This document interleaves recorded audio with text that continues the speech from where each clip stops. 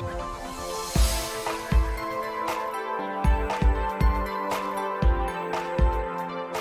welcome to Flooring Models. I'm Philip Flory. This particular build we're going to be doing is the legendary now Wing Up Wings 1/32 scale Sopwith triplane.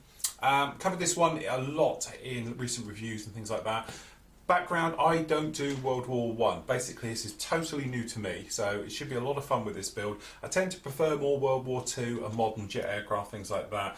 There's loads of techniques on this one that will be first, that obviously be showing you guys as well as me. For the first thing, wood effects on plastic, not an easy one to do. Luckily, I used to do a little bit of architectural work many years ago, so hopefully that'll stand me in good stead for doing that. Don't limit linen effects, things like that, of how to make it look realistic. Obviously, again, very hard. Rigging and wiring, all those things, leather effects, they're all things that normally we would never anywhere get near. So basically, the kit itself, as I said, we've already done a review on it. So in here, I've got a couple of extras I've been collecting over the last few weeks. So what we've got here, for doing a lot of the rigging wire, the bracing wire, certainly inside the cockpit, the control line, things on that, I've got from Albion Alloys here, various sizes of tubing and piping and things like that, which obviously come in quite handy. I've got some flat thread. Now this is what we call knitting elastic. Okay, so that should be what we sort of need for getting the flat rigging wire that the RAF aircraft had. Other things we've got, RB Productions, we've got, these are wire terminals and things like that. They're very fine detail. We've got two types here. So we've got, these are the end turnbuckles from where obviously it loops around and then goes back the other way. And these are the terminal ones where they're just going to come down and finish. At the same time as those, we've also got these little microscopic guys that look like little bugs in a bag. These are actually little loops of wire, and then what actually happens is they'll be fixed into the wing, and again then they can be looped around and brought back. So we've got various different ways from doing that. This particular one, we're going to need some of this stuff. Now this is the actual acrylic oil paints. They're not oil, they're obviously acrylic paints. This is how I do wood effects, or it's the way I do wood effects anyway, so we'll be needing a lot of that. Now the kit itself, we'll just have a very fast run through of the plan ahead. Now, as you can see, when you look at these trees, you only get a handful of trees in the bag like this. Okay, now the thing is, it's not a complex aircraft, it's just complex in the way it's going to go together. It's going to go together more like a battleship or something else like that, where we would do the hull and then the deck and then the superstructure above it, all done separately and painted and brought together at the end. This is how I'm going to tackle this particular build. So again, we've got things like the wing sections. We're going to be painting and weathering and taking care of those before they ever see any sort of glue or be attached to anything. The same will go certainly for most of the fuselage areas, the internals, because obviously we've got wood effects which go up against linen. So trying to do them together will be very difficult, so we'll do them separately. Same with engines and cowls and things like that as we make our way through. Okay, so first up, we've got all the wooden areas out of the actual kit. So we've got things like we've got down here the framing work. All right, so for both sides, we've come along really and just picked out everything we know is going to need sort of that wood colour. Now, doing woodwork, obviously nobody makes wood paint. It's a bit like saying tartan paint. Obviously you don't get texture and grain and things like that, and that's the one thing that obviously wood has, and it's very noticeable, especially if it's on a varnish type of wood. So what I intend to do is just show you here, because showing you on small parts is very difficult. So I'll show you how I tend to do it. So what we've got here is XF78, what we call deck tan. It's a nice light coloured wood. Now there is obviously others out there. You've got things like in Tamiya, like flat brown, which are obviously very dark, and would make the more grain type of colour. So that's why we've sort of elected to go around with a real nice light wood colour rather than using any of the darks. So this will basically happen for every single part on here. We'll roughly get the same type of treatment. So what we have is sprayed on and then giving it a little bit of texture. So when we've painted this down, we've actually only thinned the paint a little bit. So we're probably talking 70% paint, probably 30% thinners to the mix. So it's just got a little bit of texture by having a thicker paint. It's then had a coat of satin on this. Now we haven't gone for gloss, it's a more of a satin finish. That way we've got a little bit of texture onto it. We need that texture for the next bit to go on, the artist's acrylics, to go across and give it something to cling to, so we get that sort of smearing effect.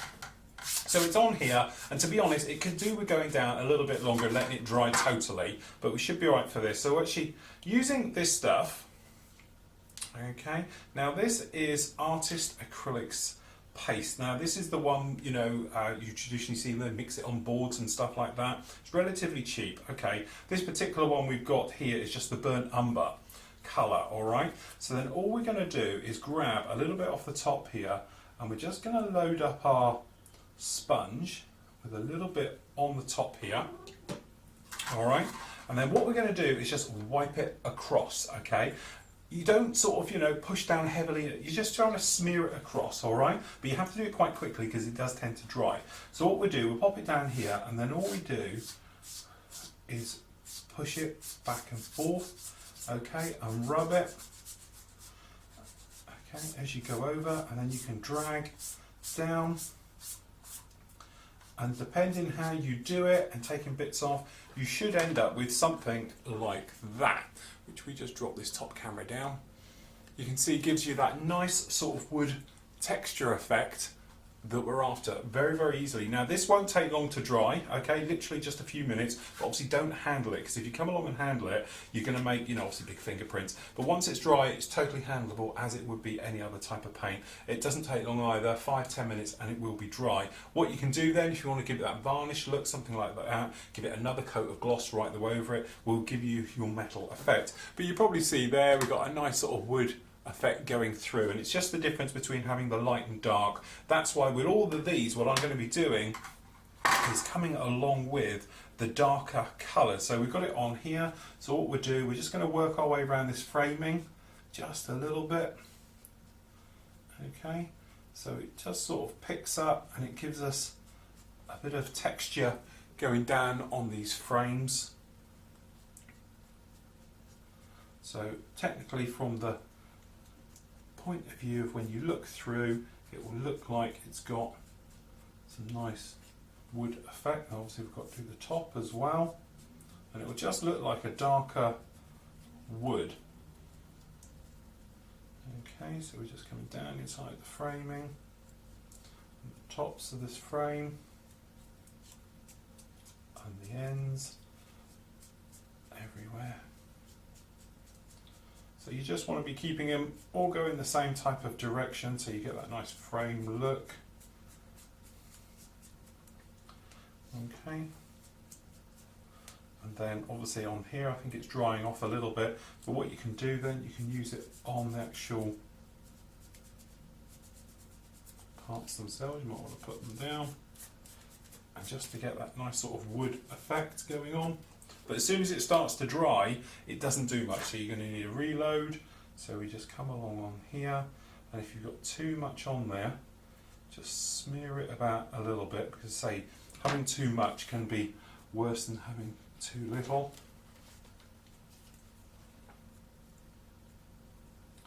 As I say, when you've got it and you've got to think, oh, I've got too much on there, just go to a clean bit of sponge, okay, and pull it off. But as I said, you want it to drag along, so we get this type of effect going on here of being wood. So go along, come along, clean bit of texture.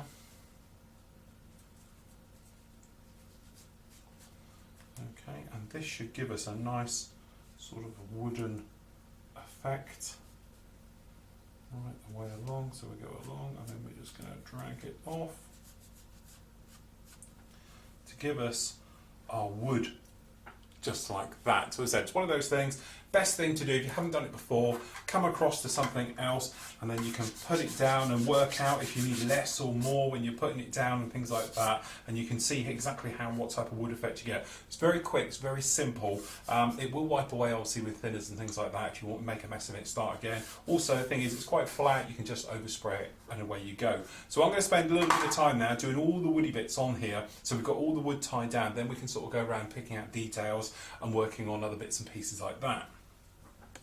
Okay, so there we go, that's those taken care of. So next what we want to do is give the effect, when we're looking in from the inside, of actually having the fabric on the inside. So obviously that's the dope linen colour, very, very light. So like something like XF55 is a great colour for this. So we need to mask up now this work we've done down here. Now the reason for doing it afterwards is purely because we would get this brown on it. There's no way you would ever avoid it. two ways of doing it. Either make a very thin coat and run it all the way around, or mask it. So personally, what I'm going to do now is spend a few moments, we're going to mask all this up so we can spray the entire of the inside to give us that dope linen effect.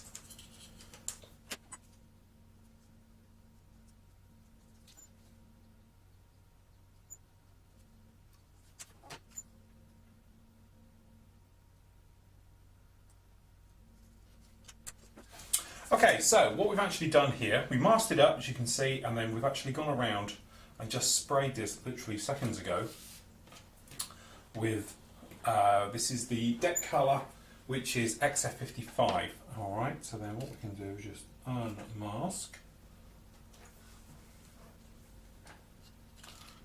this. Okay, let's see exactly what we've got. Okay, so there you go, that gives us our wood effect on the inside. Now it's not brilliant, okay, but that's only half the way of doing it. If I just unmask this rear part. The trouble is you get trapped by bits of tape now. Okay, so that gives us our rough looking area. So as you can see down on the side here, I've got a little bit of the actual paint, acrylic paint down here, alright. Then up the top here, what I've got is a little mixed up mash, and all I've done is acrylic airbrush cleaner, nothing fancy. Okay, just sits in here. So all you do, a couple of drops, we just top this up, take a little bit of the area. Now, as I said, this does dry very quick, and obviously got the heating on in the house, and it is drying rapidly.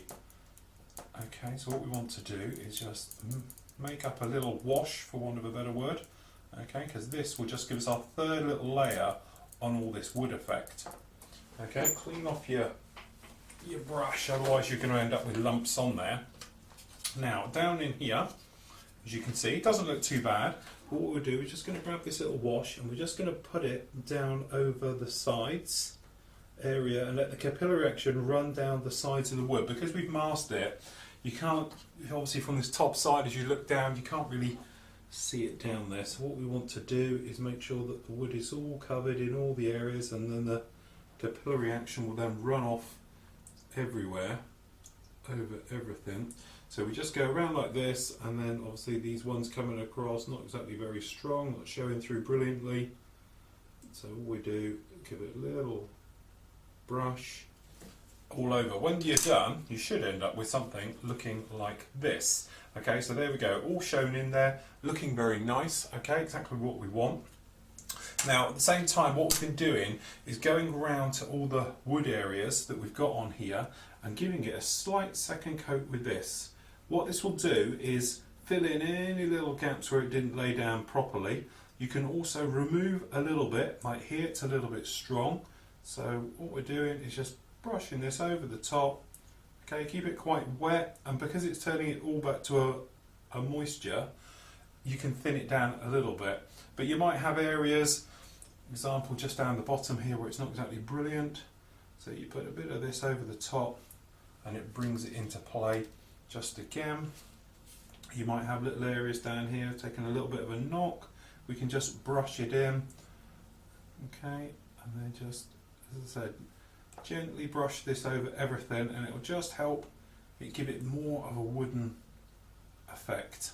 And as I say, you end up with something else looking just like this, which I think you agree, hopefully looks exactly what we're after, and a nice wooden colour to this, and it should dry absolutely fine. But you see, we've done other areas with it as well. Just down in here looks a little bit messy, but trust me, it's exactly what we're after. By the time it all comes in, we should be absolutely fine with it. So there's a couple of other little bits we're doing around. The instrument panel obviously is a wood effect as well. So all we're going to do is just pop this gently around everywhere, in amongst all the switches and on the dials, and it will just give us a back coating onto this wood. And again, as it starts to dry, you can then start to brush it all in one direction, and it will give it a nice wood effect. So we just go left to right, and as I say, it will give us a type of wood grain looking just like that. Alright, so we just pop a little bit just down this edge, covering everywhere. and that way it should work just well. So we're going to do the same with all the little parts as well. So anywhere that's really, really tiny and you've had trouble, you know, obviously putting oil down over it like this, you can just come along and just put this darker colour over, which gives us a more natural wood colour. But again, we've got the little clamp mark there, we can take care of that and hide it. The tops and bottoms running around everywhere. Good example on this one, giving us a nice wood effect on here, where before it wasn't brilliant. This was just done with a brush. So if you wanted to, you could do it this way. Just put it on, start to let it dry. As it starts to dry, start to brush it, and then that way you'll end up with a nice sort of wood grain effect to everything. So make your way around all the wooden areas as you go around everywhere. We'll let this dry and we can start to get on then with assembly. Okay, so we've moved on a little bit, some of the little areas we've done. Now this area, as you can see here, is obviously trying to get this wood effect into this one. Drop you down. As you can see, it's what I've done is I've actually given it a couple of coats of varnish to give it that sort of varnished wood effect that they seem to have. So I'm not too worried about all these ones down here, but this one up here is going to be really, really noticeable and very seen quite a lot. So I've taken special care, and these little brackets that we've got, these metal plates that go on, I've actually done them in semi-gloss black or X18 Tamiya to go around. Just picked out the little metal areas. Exactly the same on the other side. Okay, so it's just a case of going around there and seeing how they are. But I'm really, really happy with the way that wood effect's turned out. I know some people might say it's a little bit dark, but now it's varnished, you can compare it to these other ones, and as you can see, it really sort of brings it up. I've got to varnish these ones yet, but varnish, literally coat of gloss, does the trick. Absolutely fantastic. Now, we're working currently on this little guy. Okay, this is the instrument panel for the actual aircraft itself. So if we just point out what we've done here, we've got a little bit of brass on these areas down here, a little bit of chrome for the piping. These done semi-gloss black, which look a little bit more flat black here. Okay, picked out all the little things, and we're just going around now and putting the dials in. Now the dials are Decals, so we're just pre-wetting the area first, and then we just grab a dial. These off the backing sheet. Okay, and we can just pop them down, and then all we're doing, once they're sitting obviously on the water, we just squash them down in place, and then once they're in like this, we can turn it. So obviously we need just to pull them around a little bit more so the arrow is pointing downwards, in like that, and then all we're doing is grabbing a little bit of micro sol, okay, setting solution, okay, and then just a bit of a blob on top. Then what we'll do is we'll come along with a little bit of crystal clear, okay, this clear PVA glue, put it on the top, and it will self-level, and it will give us the effect of glass, which is quite a nice touch. But obviously that needs to be totally dry with the setting solutions before we come along and we put those on. So we've got one more to go on for the little, we've got just a little raised part here that's going to go on, which to be honest we've got here, it's still a little bit wet, and that's going to fit just on the front here. Then that's our instrument panel area done. We've got here, this is the gun magazine, and the front gun area, and the instrument panel then will come along like this, okay, and then hopefully it will sit on the front there when it's all completed and look just like that. Okay, so that bit is done. On these, as I said, you might see we've got a little wheel down here, and the pump has also been done in brass. On the front section here, as you can see, we've got the control yoke is fitted into this, okay, and then what we've got is these little boards which are going to be for the rudder areas, and they go through. So again, all that little wooden technique. I've used a more grimy end at the top end as if it's got scuff marks from feet. Okay, but the thing is, I'm finding with all of this one, reference photos are non-existent in colour, so you can't really see exactly what's going on here. So to be honest, I am using a lot of artistic license on this as I make my way through this entire build. Purely because I'm just thinking that it's probably going to have muddy boots and things like this going down, so they're more muddy at this end, and just things like that, and general wear and tear. Lots of great reference photos, don't get me wrong, in the book, but a lot of them are obviously a museum or they're replicas and they're absolute mint. I'm trying to do this more of as it would have been, as I say. So if I am wrong, please forgive me. I'm just literally going from what I think works best.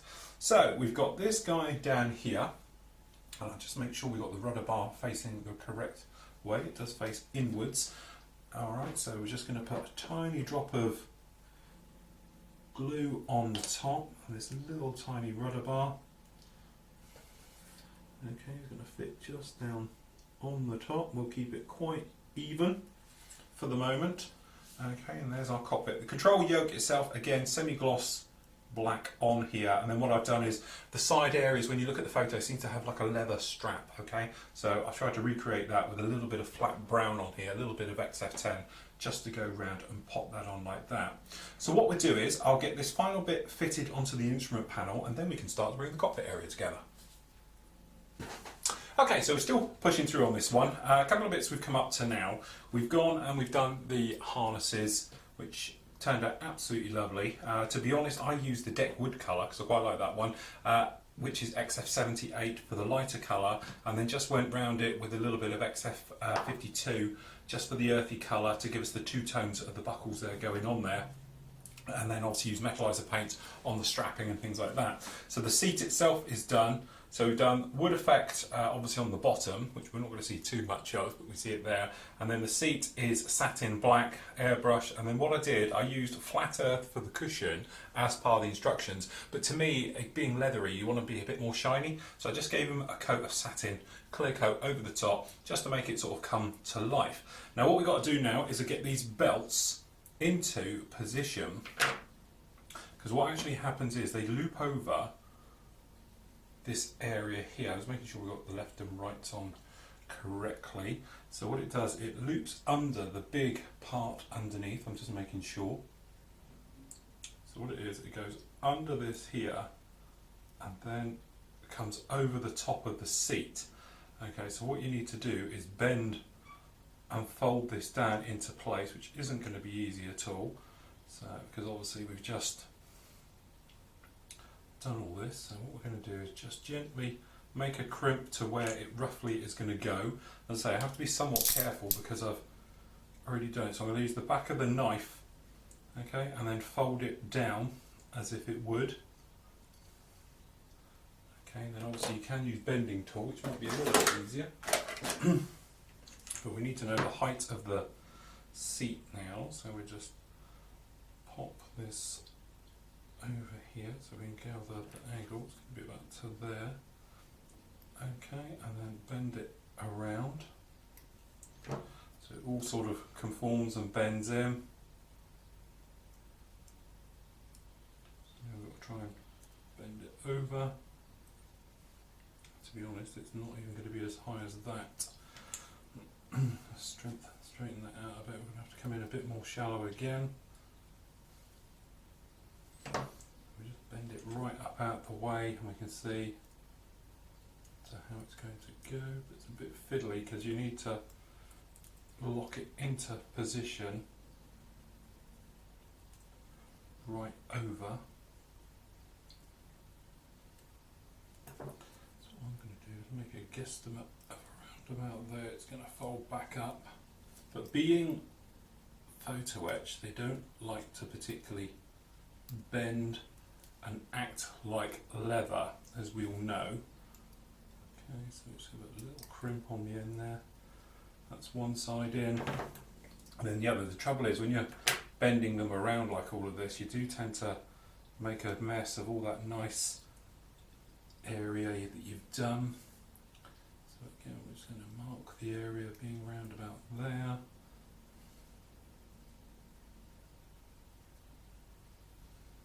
Okay, so we can have the seat with the harnesses up. They do, you can buy them like material, okay, you warm them at your hand, put them in, it would look a lot better than this does, okay, but this will work, it will go. So what we'll do is, we'll just pull it off just a second, and we're just going to pop in a little bit of PVA glue. That one's okay, but the other side's going to need, so what I'm going to use, a little bit of crystal clear again, on a cocktail stick, just to stop this from moving around once it's in. By using crystal clear, we know we're okay. Okay, it's not going to need a great deal on there. And by using it, we know we're not going to end up marking the paintwork, it's just a bit fiddly. Getting it all in.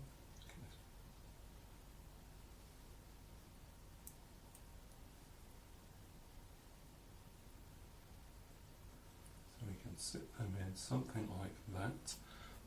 Scissors. Let's get this real one and nudge down. Trying to get to sit in. So I'm just going to crimp it to the seat a little bit.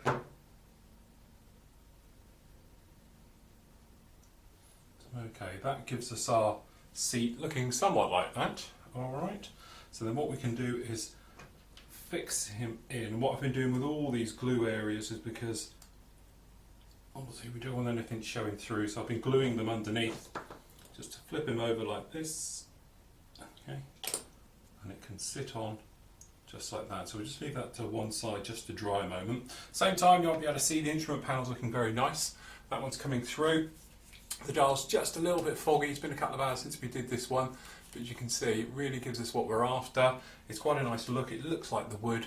Okay, as you can see, it's just this dial on this side, top one over here, a little bit pale, but the others all looking absolutely fine. So we've been around and done a couple of other little areas to this as we've been moving through, and to be honest, what we've done, we've just picked out some little details on here. So we've got the handles and the pumps and going through. We've also done top of the wings in the colour that we're going to be doing this particular one, and we've done the linen colour on the underside.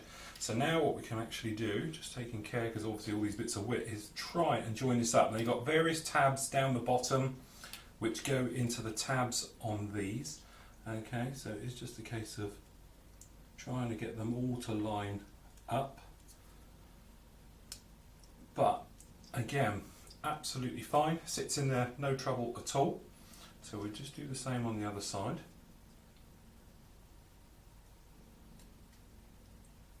So say it's just a little bit fiddly. But there we go. That's those in just like that. So we've got the plate is going to go to the rear, be this one over here. Okay, then we've got the instrument panel is going to have to go in as well. But what I want to do is let that seat totally dry before we pop it in and get these side bits in. So we're going to do a bit of glue, just let the capillary action do all the work on this.